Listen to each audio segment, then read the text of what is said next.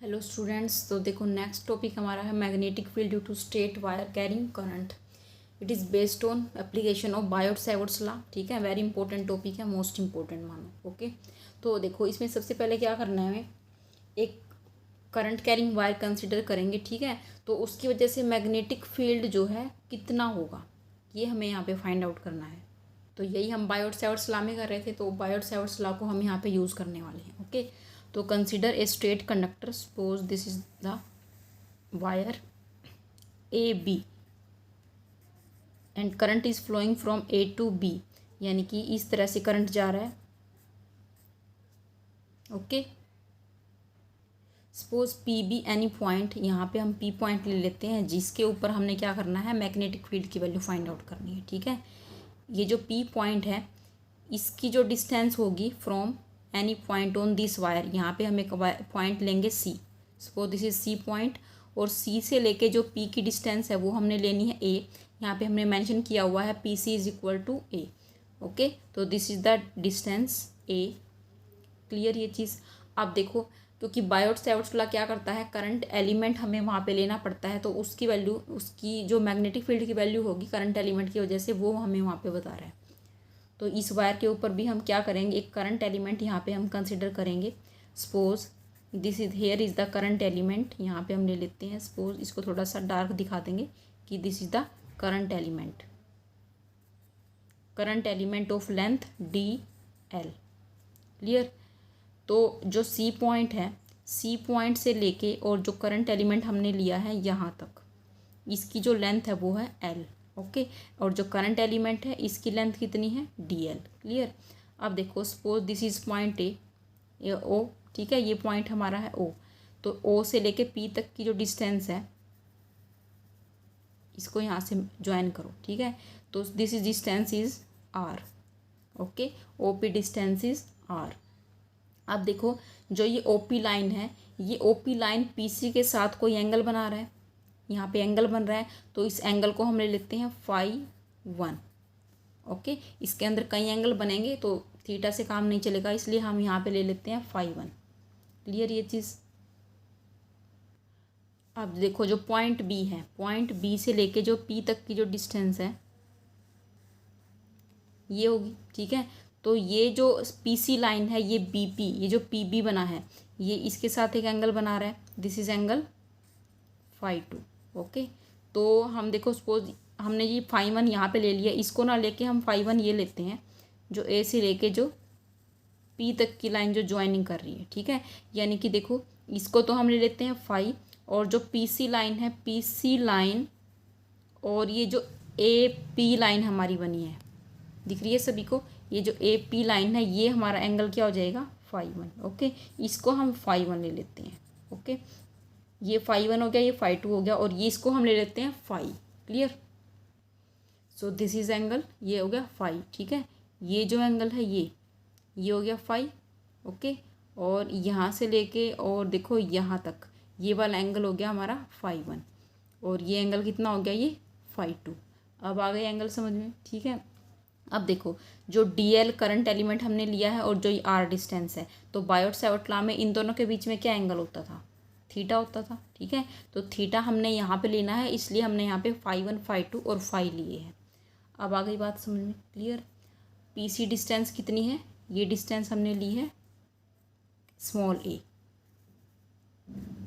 Okay, देखो यही चीज़ हमने यहाँ पे लैंग्वेज लिखी हुई है। Consider a straight wire A B carrying current I from A to B. Current किस डायरेक्शन में फ्लो कर रहा है, ए से लेके बी की तरफ। Let P be a point from C, यहाँ सी से लेके पी तक एक पॉइंट लिया है हमने, और जो पी सी डिस्टेंस है वो कितनी ली है, ए। ओके, अब देखो, according to Biot Savart's law,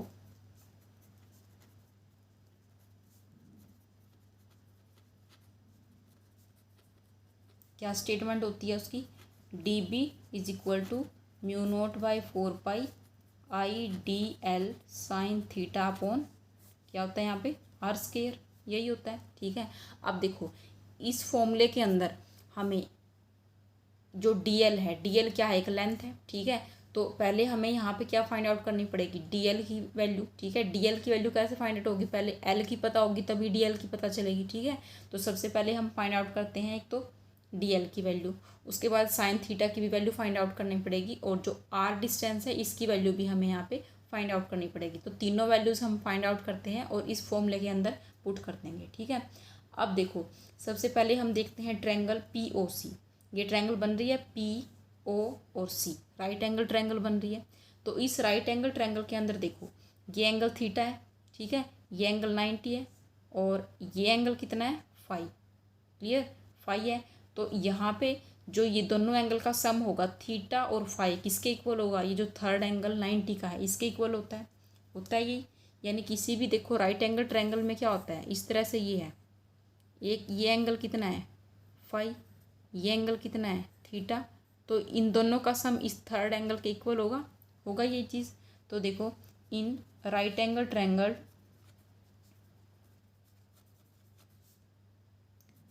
कौन सी ट्रायंगल है, पी ओ सी, इसके अंदर जो थीटा प्लस फाई है वो कितना है 90 डिग्री है। तो थीटा कितना आ जाएगा 90 माइनस फाई। ओके, हमें तो चाहिए साइन थीटा, तो साइन अप्लाई कर देते हैं, sine theta is equal to sine 90 minus phi हो जाएगा। अब साइन 90 माइनस फाई कितना होता है, कोस फाई। ओके, तो साइन थीटा की वैल्यू हमारे पास आ गई कोस फाई। ओके, अब कोस फाई की फाइंड आउट करो। ठीक है, साइन थीटा की तो आ गई, ये इसको सपोज हम फर्स्ट नंबर दे देते हैं, साइन थीटा की आ गई, लेकिन अब कोस फाई की भी तो पता करनी पड़ेगी तभी साइन थीटा की आएगी। तो देखो अब इसी ट्रायंगल के अंदर देखो, इस ट्रायंगल के अंदर देखो हमें ये लेंथ पता है ओ सी, ये लेंथ पता है, पी सी ये लेंथ भी पता है ए है, और जो पी ओ है इसका भी पता है, यानी तीनों लेंथ हमें पता है।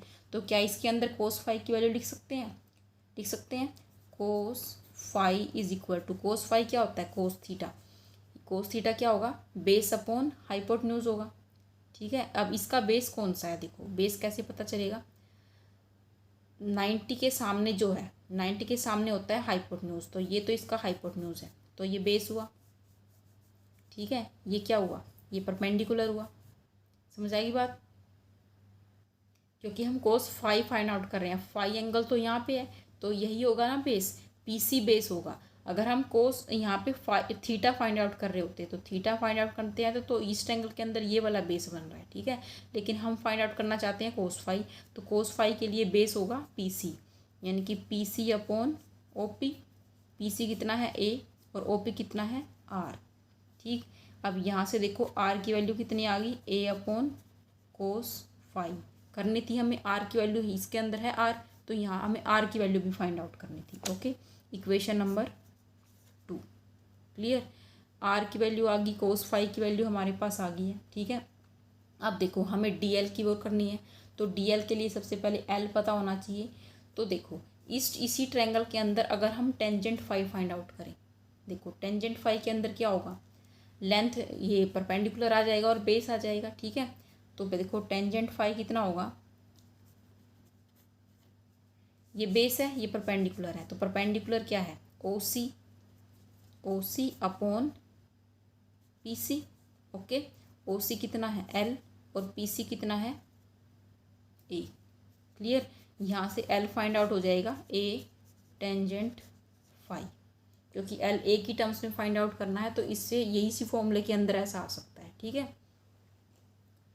अब देखो यहाँ से एल आ गया, हमें डी एल फाइंड आउट करना है, तो अगर इस इक्वेशन को डिफ्रेंशिएटिंग बोथ साइड कर दे तो डी एल की वैल्यू आ जाएगी, डिफ्रेंशिएटिंग बोथ साइड,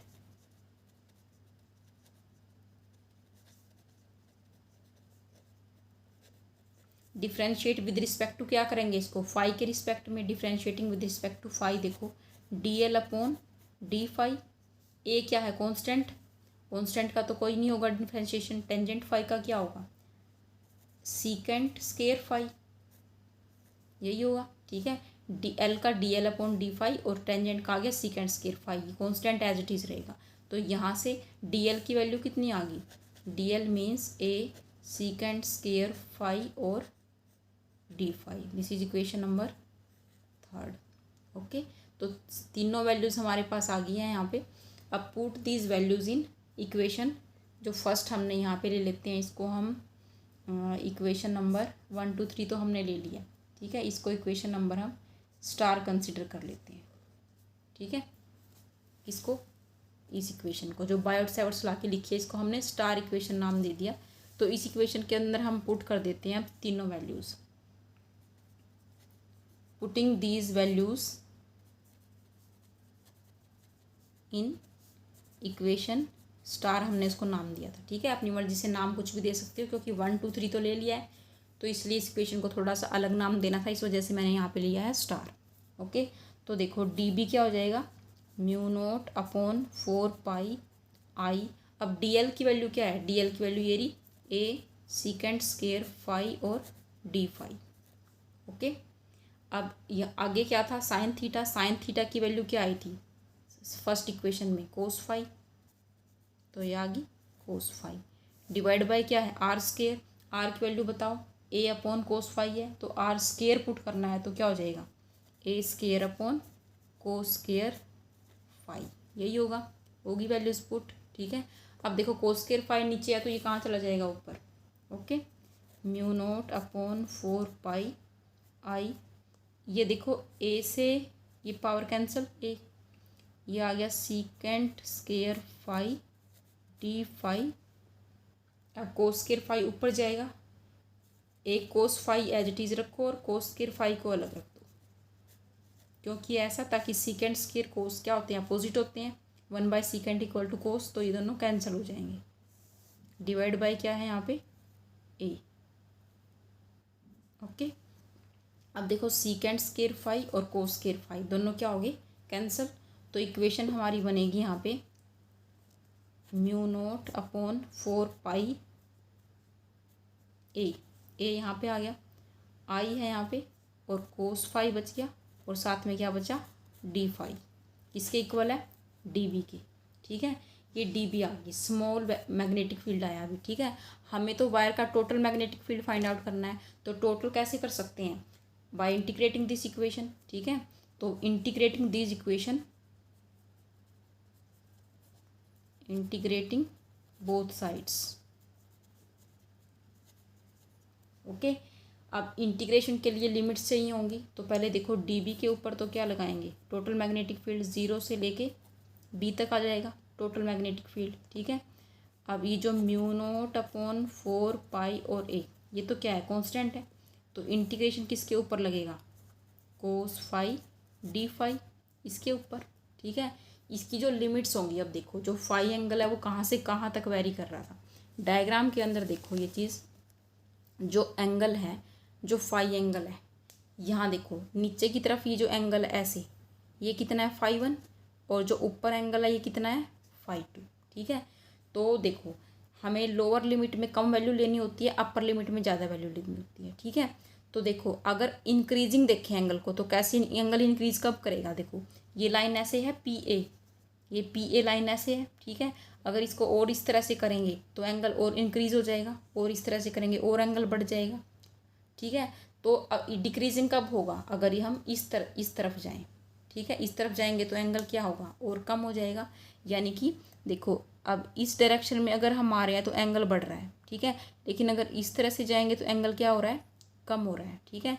तो हमें डिक्रीजिंग वैल्यू की तरफ ही जाना है, तो एंगल कम कैसे होगा, इस तरफ, ठीक है।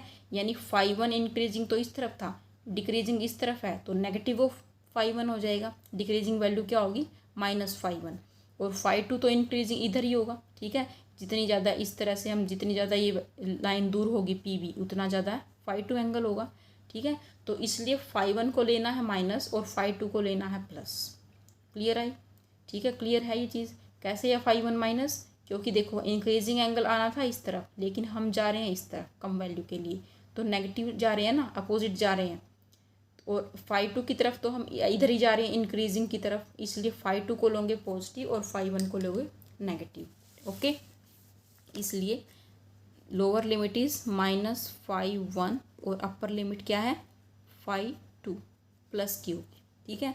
अब देखो इंटीग्रेशन कर दो इसका, म्यू नोट अपॉन 4 पाई ए, कोस फाई का इंटीग्रेशन क्या होगा बताओ, साइन फाई, ठीक है। कोस फाई का साइन फाई होगा, माइनस मत लगा देना क्योंकि वो डिफ्रेंसिएशन में होता है, तो लिमिट आ जाएगी -5 1 एंड दिस इज़ 5 2।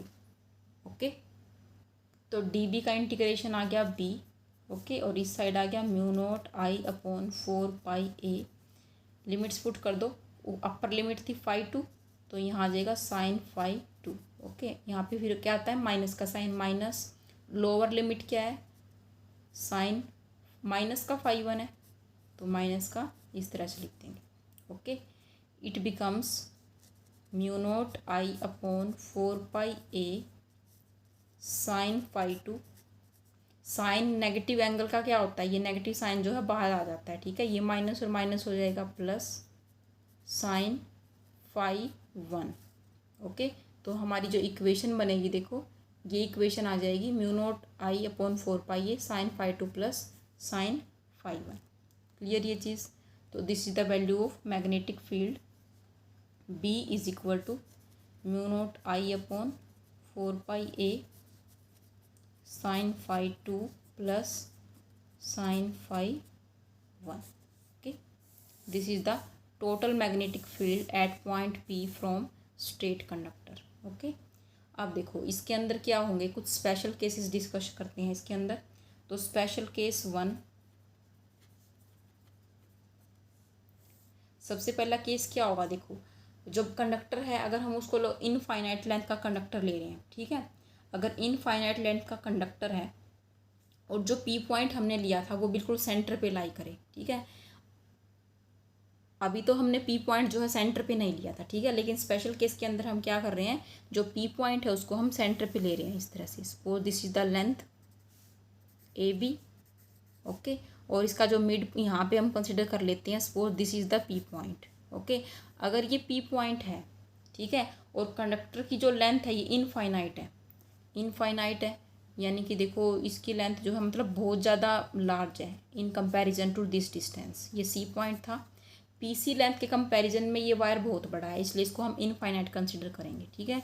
तो ये वाला एंगल होता था इस तरह से, ये 5 1 यहाँ पे हमने लिया था 5 2, और जो नीचे वाला हमने इस तरह से लिया था, इसको लिया था 5 1, ये 5 1 था और ये क्या था, ये 5 2 था। क्लियर। अब स्पेशल केस हम ले रहे हैं कि अगर जो पी पॉइंट है वो सेंटर पे लाई करे और कंडक्टर की लेंथ हो जाए इन्फिनिटी, तो 5 1 5 2 कितने होंगे, देखो अगर ये इन्फिनिटी है, बहुत लंबी लेंथ है, ठीक है, तो देखो जितना ये पॉइंट क्लोज होगा अगर इसके, ठीक है, जितना ये पॉइंट क्लोज होगा, तो क्लोज अगर ये पॉइंट होगा तो ये जो लाइन होगी, ये लाइन बिल्कुल थोड़ी सी सीधी हो जाएगी, ठीक है, क्योंकि लेंथ तो इसकी बहुत बड़ी है। एंगल बनाने के लिए इस लाइन को हमें और सीधा करना पड़ेगा, और पॉइंट पी बहुत ही क्लोज हो जाएगा, ठीक है, पॉइंट पी क्लोज है, कंडक्टर इनफाइनाइट लेंथ का है, तो इस तरह से करते करते ये जो लाइन है ना, देखो ये बिल्कुल सीधी हो जाएगी।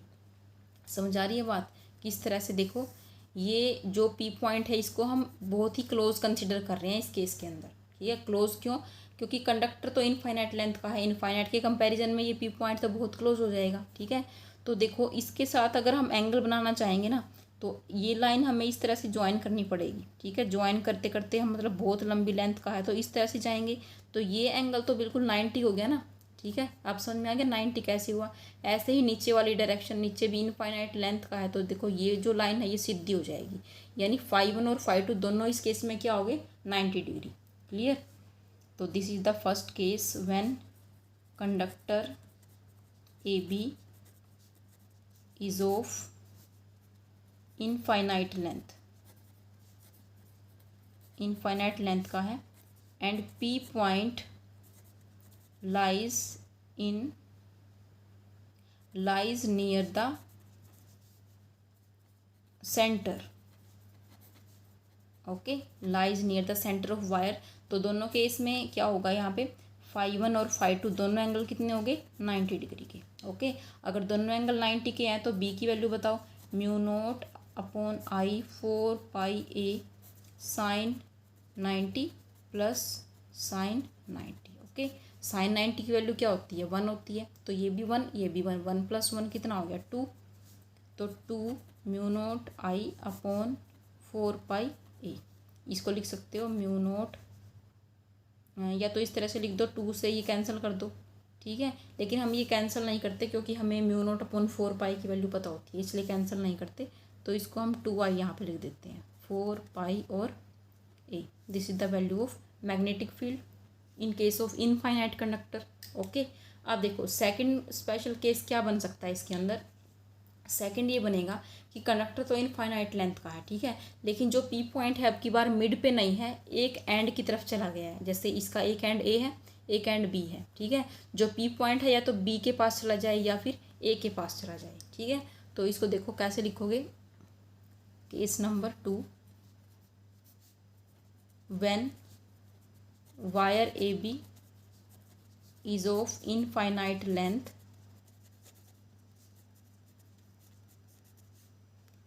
but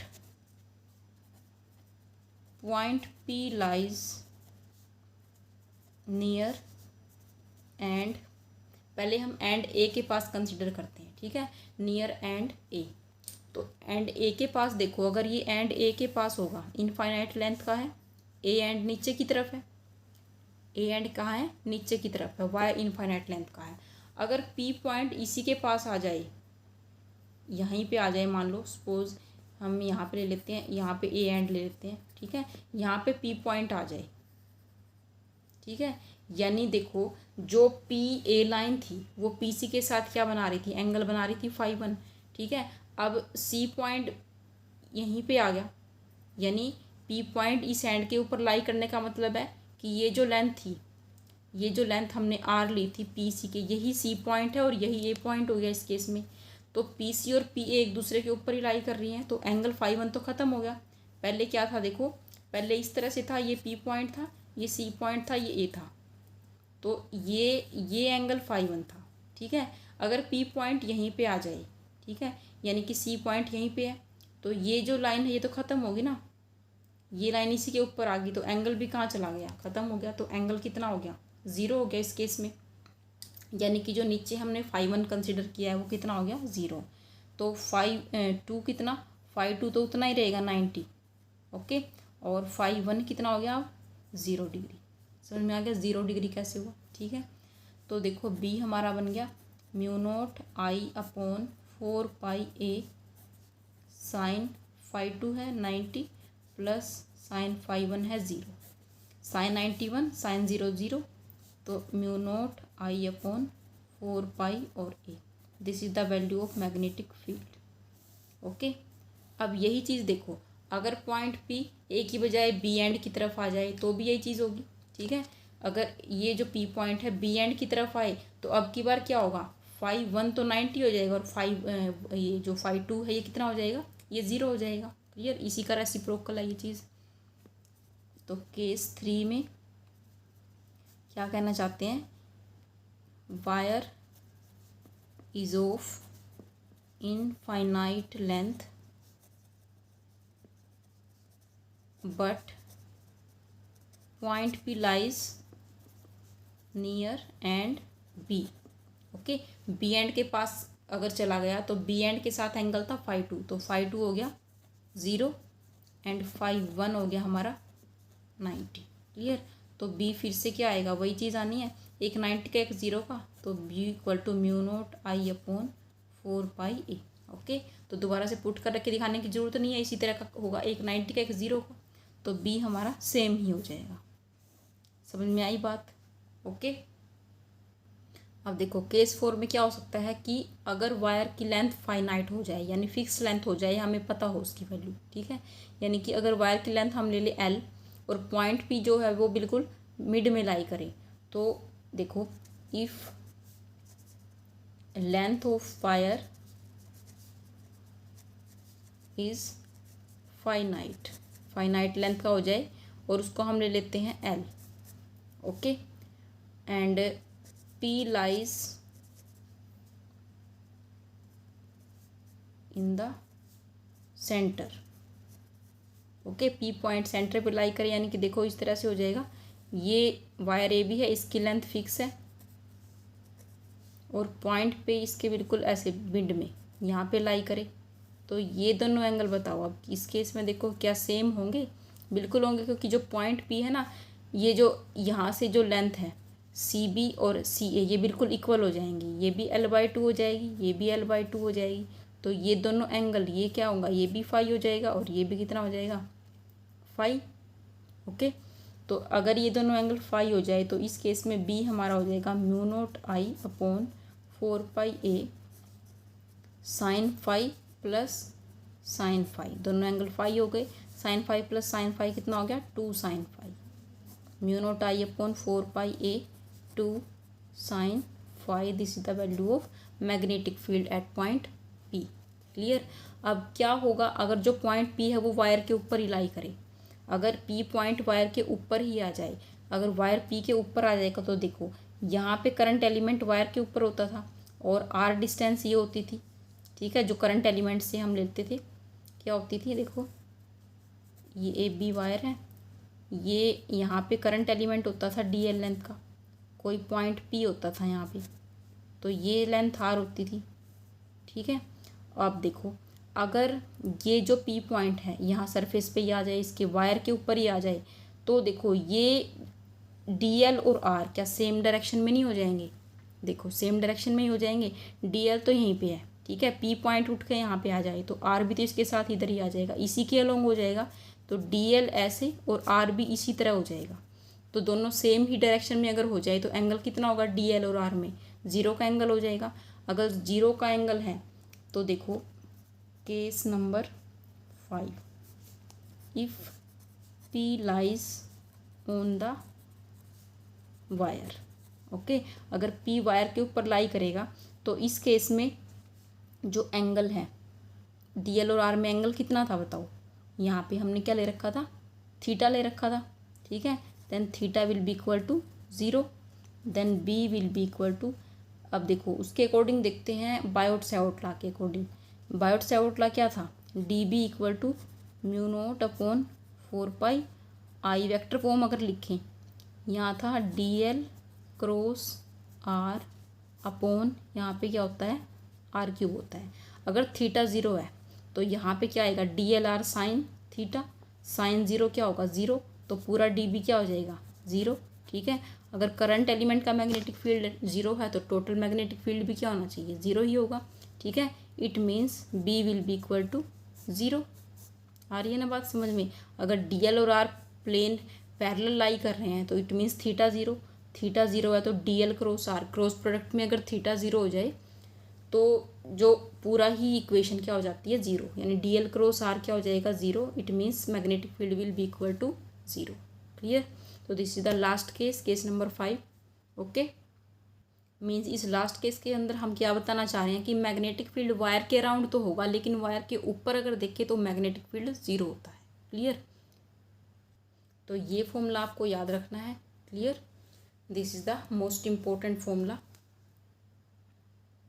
तो नेक्स्ट वीडियो में हम करेंगे next application of Biot Savart's law. Okay.